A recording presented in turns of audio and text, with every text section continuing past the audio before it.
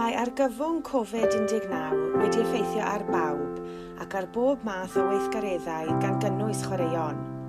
Mae gwersi nofio wedi dod I ben dros dro, clybiau chwaraeon o bob math wedi gorfod rhoi stop ar sesiynau a gemau, ac mae llawer o blant ac oedolion sy'n chwarae rygbi, pêl-droed, tennis, judo, hoci, I enwi ond ychydig, wedi gorfod hunanysu a chadw draw a pheidio a chwrdd â'i ffrindiau. A does dim hwyl cicio'r pêl ar ben eich hun.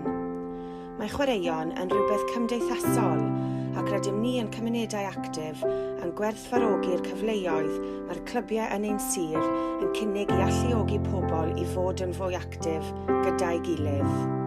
Gorau chwarae, cyd chwarae. Beth yw'r pwynt pasio I neb, cicio I neb, hyd yn oed syrfio I neb?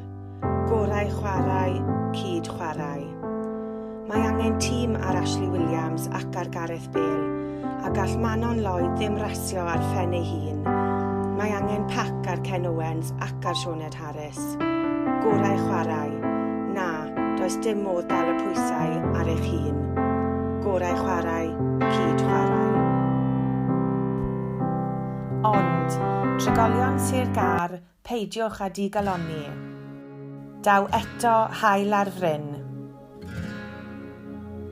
Rydym I gyd wedi gwelusau ein ffrindiau a'n tîmau ac rydym ni'n awyddus I ddychwelyd at ein campau.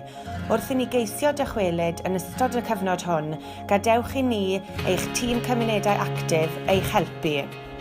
Gadwch I delyth eich helpu gyda hyrwyddo eich clwb. Bydd Jenny yn fwy na pharod i'ch helpu I ddatblygu eich clwb. Gall Lisa Pydne helpu chi gyda gwaith mentora I hyfforddwyr.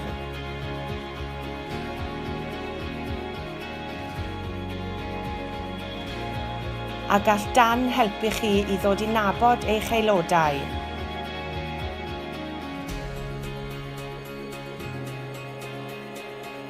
A gall Hywel eich helpu I sicrhau eich bod yn cynnwys pawb yn ystod eich gweithgareddau.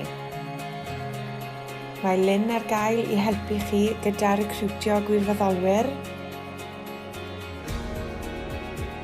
Mae Hilary ar gael I helpu chi gyda materion cyllid. Felly peidiwch â ddigaloni. Cysylltwch â ni a gallwn ni eich helpu datblygu eich clwb yn ystod yr amser hyn I chi fod yn barod I agor eich drysau a croesawu eich aelodau nôl pan mae'n ddiogel i'w wneud.